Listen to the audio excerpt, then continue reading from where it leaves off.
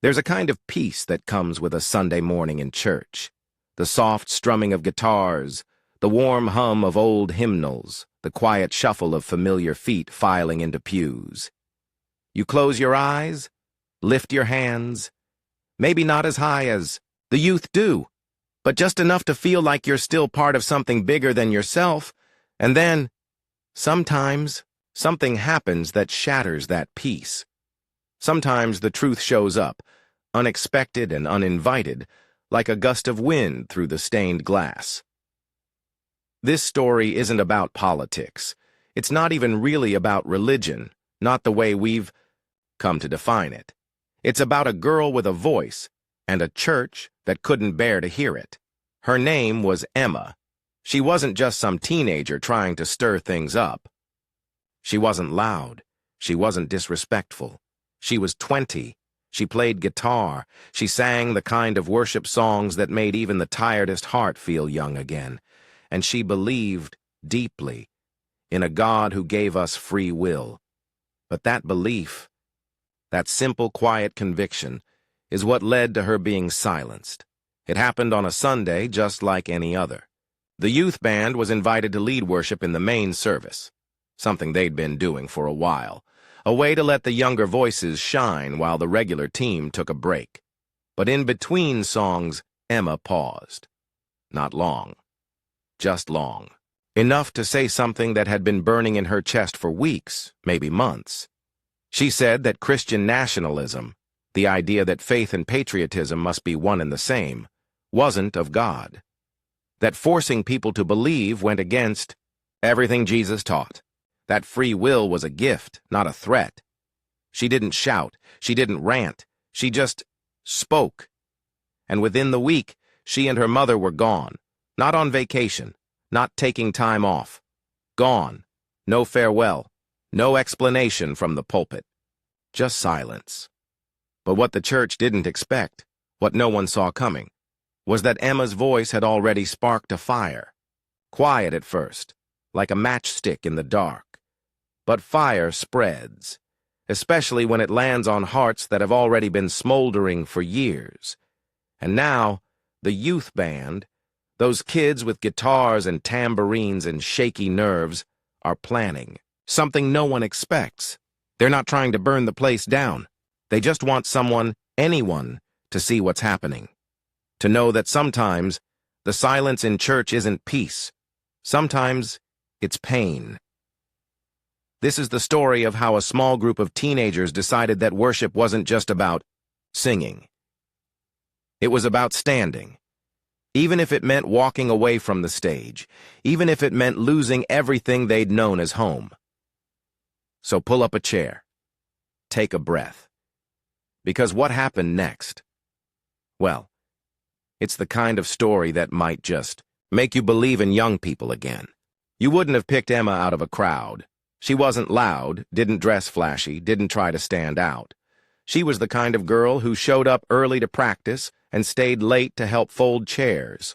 The kind of young woman who called older members sir and ma'am without being told. A quiet kind of presence. Not invisible, but humble. She had a voice, though. Not just a singing voice, though Lord knows when she sang, something shifted in the room. It wasn't just talent. It was conviction. The kind of singing that didn't just hit notes, it hit hearts. Emma was 20. That strange age where the world still calls you kid, but expects you to carry yourself like a grown-up.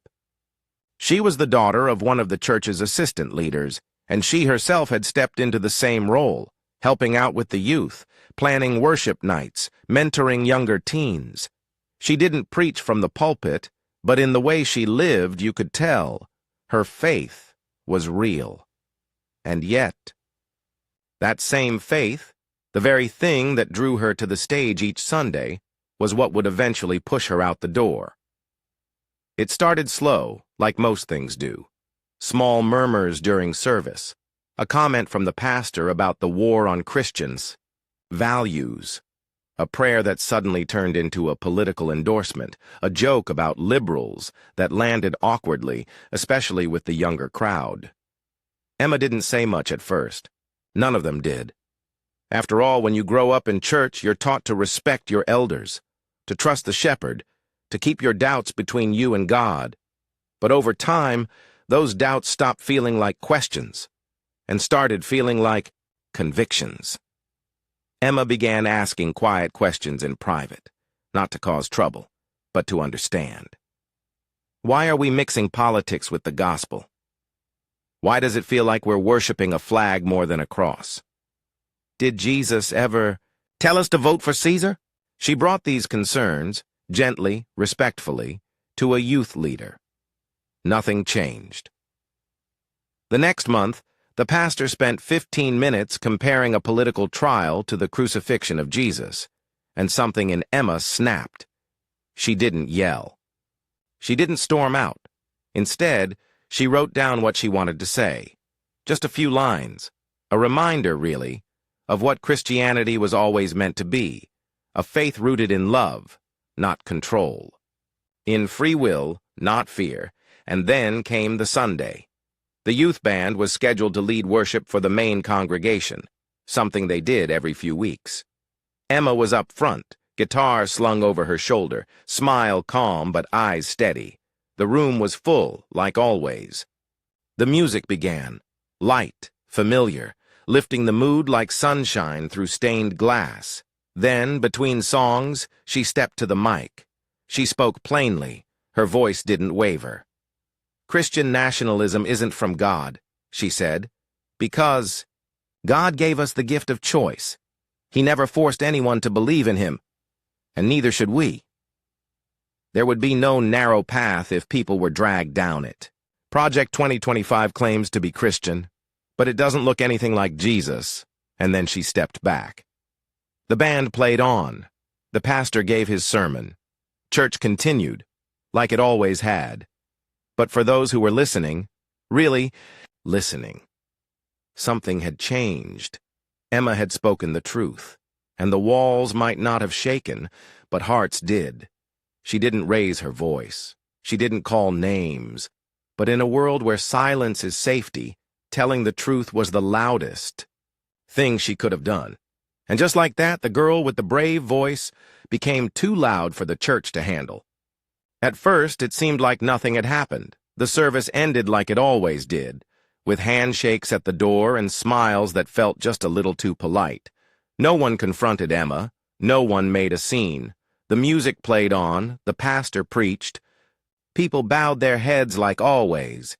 But underneath the surface, something had shifted. By the following Friday, Emma and her mother were absent from youth group. No explanation, no goodbye. Just gone.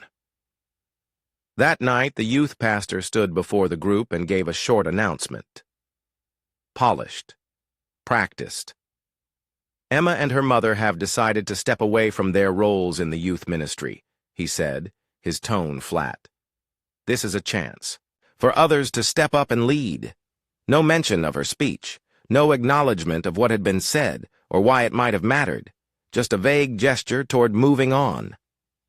But it wasn't a clean break. Not really. Because truth has a way of leaking through even the tightest of lips. And this truth came not through the pulpit, but through whispered conversations between bandmates, between teenagers who had been there, who had heard Emma's words, and who understood exactly why she was gone. She was banned, one of them said quietly. They didn't ask her to leave, they told her not to come back. Another added, her parents left the church with her. They're not coming back either. And suddenly, what had once felt like a personal moment of conviction, a brave girl speaking her heart, became something much heavier. Punishment, exile, erasure. The church didn't post that Sunday's worship portion on YouTube like they usually did. Just the sermon, as if trying to edit history. As if Emma's voice could be clipped out and forgotten. But it hadn't been forgotten. Especially not by the youth band. They'd seen how much Emma cared. She wasn't reckless. She wasn't trying to hijack the moment or cause a scene. She'd spoken out after years of watching politics twist the gospel into something cold, something narrow. And now, the price she paid was silence, erasure, a quiet removal so complete it felt almost surgical. The band was shaken. Some were angry, others just heartbroken. But above all, they were conflicted. What do you do when someone you admire is punished for telling the truth?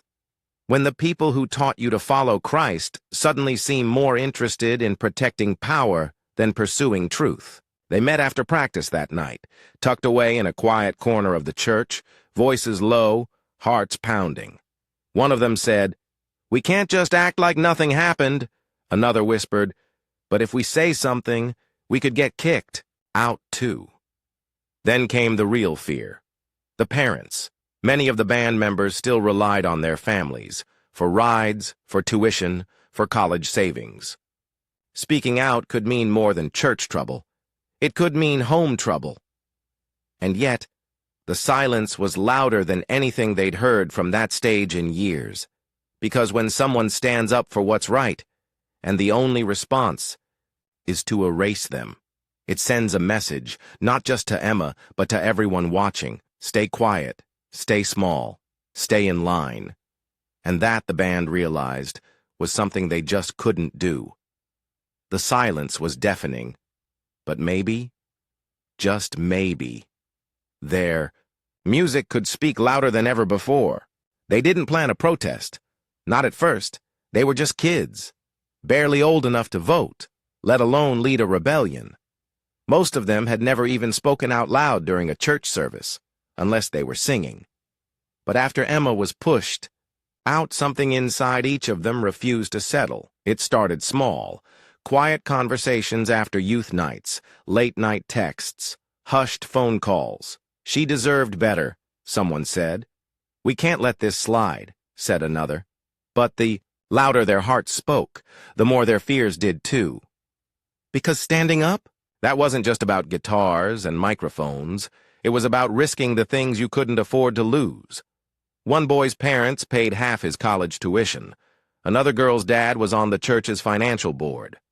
A few still lived under roofs where questioning the pastor would be seen as disrespect, maybe even betrayal.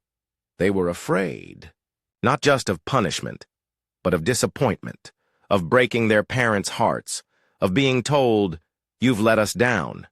And yet, deep down, they knew the real question wasn't, "What will happen if we speak up?" It was, "What will happen if we don't?" Emma hadn't shouted. She hadn't stormed off. She had simply said, "This isn't what Jesus taught," and for that she'd been erased.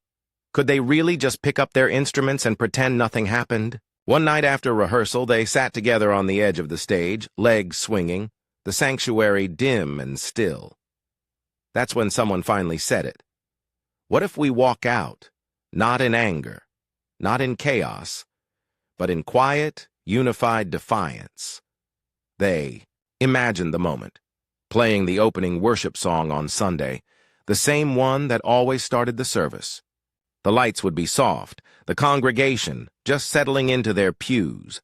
Maybe they'd be humming along, maybe sipping their coffee, and then, right after the welcome prayer, one of them, the new lead singer, would step forward. Not to sing, but to speak. Just a few lines. A thank you to Emma. A call to remember why they worship. A reminder that the gospel was never about control or politics. It was about truth.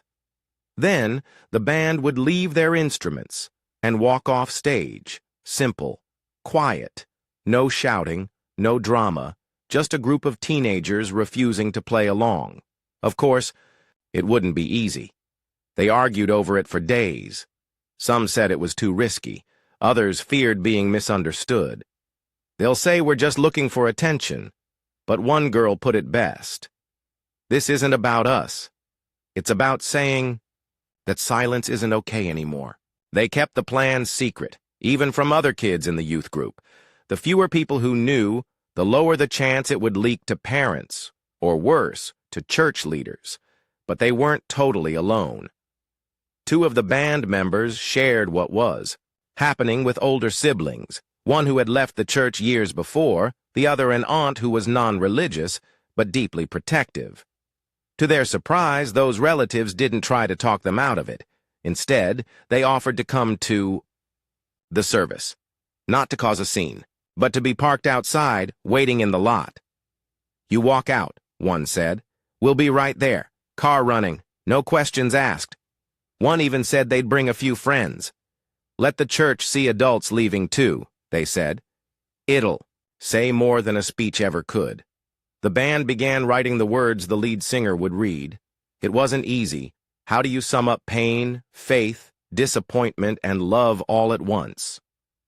But they tried. Over and over, they prayed over it, edited, rewrote, until the message felt right, not angry, not accusatory, just honest. One teacher, someone one of the band members trusted, was even thinking about coming quietly to walk out too. It still wasn't a done deal. 2 seniors were torn. College was close, money was tight, and their parents would never understand. "If you have to stay," the others told them, "we'll still love you. You have to do what's best for you." Because this wasn't about guilt, or pressure, or who was braver. It was about choosing to do something, anything, in the face of injustice. And whatever choice each of them made, that choice would be honored. But for those who were going to walk, they were ready. Ready to let their silence speak louder than words. Ready to lose comfort in order to keep their conscience. Because for the first time, church didn't feel like the safest place to worship. But maybe, just maybe, it could still be the place where the truth was heard. It was a Sunday like any other. The sanctuary buzzed with soft chatter. Bulletins rustled. Ushers smiled at the door. A baby cried somewhere in the back while the coffee urn hissed in the fellowship hall. No one suspected a thing. The youth band walked onto the stage like they always did, calm, focused, dressed in jeans and button-ups, sneakers carrying their instruments like old friends.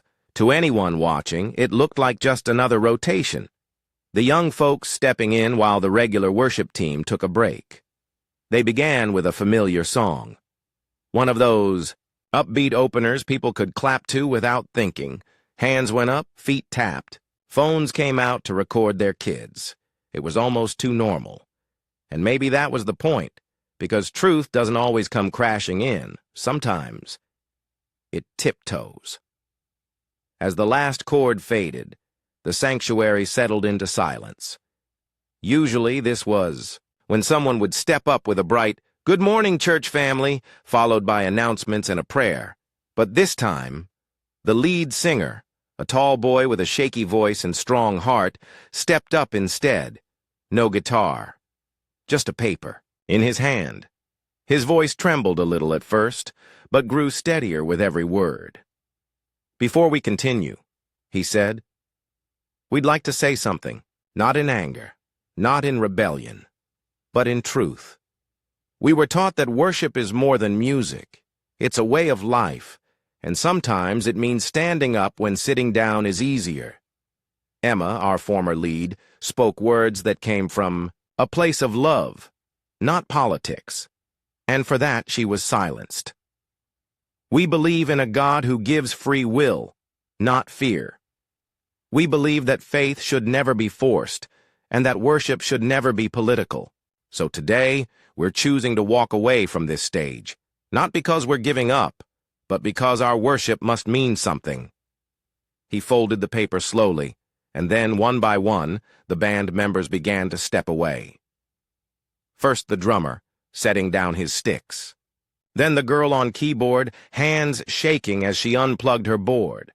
The bass player, the backup vocals, all moving quietly, reverently, as though they were leaving a sacred space.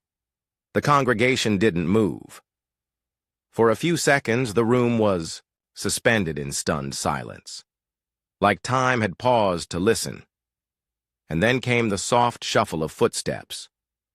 Not from the stage this time, but from the pews.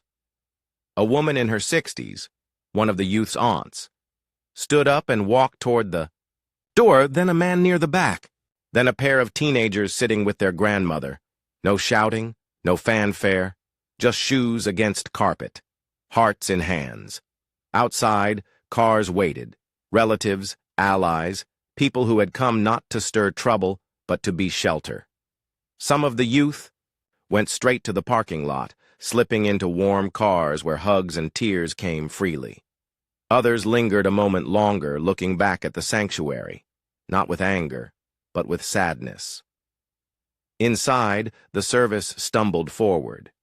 Someone stepped up, flustered, trying to fill the silence with a prayer.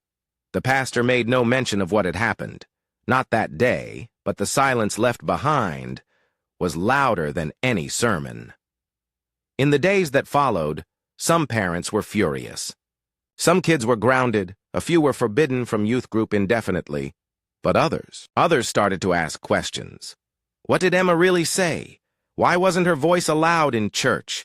And slowly, like a whisper turning into a breeze, conversations began. The church didn't collapse. It didn't change overnight. But something sacred had happened. Not because a band walked off stage, but because they refused to stay silent on it. Faith is a quiet thing most days. It sits beside us at dinner. It hums through our prayers before bed. It lingers in the hymns we've sung since childhood, in the pages of old Bibles, soft and worn from years of turning. But sometimes, faith isn't quiet at all. Sometimes it shows up in the voices of the young, trembling, unsure, but honest. Sometimes it looks like stepping off a stage instead of standing on one. Sometimes, faith walks out the door. Emma didn't plan to become a symbol. She didn't want to stir the waters or draw lines in the sand. All she wanted was to remind her church, her family, that God never forced anyone to believe. That true love, true faith, true discipleship, they begin with freedom, with choice, with grace. And yet, her reward for that reminder was silence. But what the church didn't realize is that her voice had already taken root. Not in loud protests, not in rebellion, but in the quiet conviction of a handful of teenagers who understood that worship isn't just about music, it's about meaning. Their walkout wasn't perfect. It didn't change everything. It didn't bring Emma back. Some faced consequences at home. Some were never allowed on that stage again. But none of them, not one, regretted it. Because one day, they'll look back. They'll be sitting in a pew like you, maybe older, maybe with grandkids of their own. And when someone asks, "What did you do when the church forgot its own gospel?" they'll have an answer. They'll say, "I stood for what was right, even if I had to walk away to do it." And maybe, just maybe, that's what real worship looks like. Not just hands raised high, but feet that move when truth calls. So if this story moved something in you, if it reminded you of a moment in your life when you had to choose between comfort and conscience, you're not alone. Maybe you're a parent or a grandparent. Maybe you've watched a child walk away from church and wondered if they'd lost their faith. But maybe they walked away because they were holding on to it tighter than anyone else in the room. Emma's voice may have been silenced in her sanctuary, but it still echoes now, through yours. And if you're still listening, that means she hasn't really been silenced at all. Thank you for staying with this story. If you believe stories like this need to be heard, stories of courage, faith, and standing up for what's right, we invite you to subscribe to the channel. Let's keep telling the stories that matter, the stories that make us remember why we believed in the first place.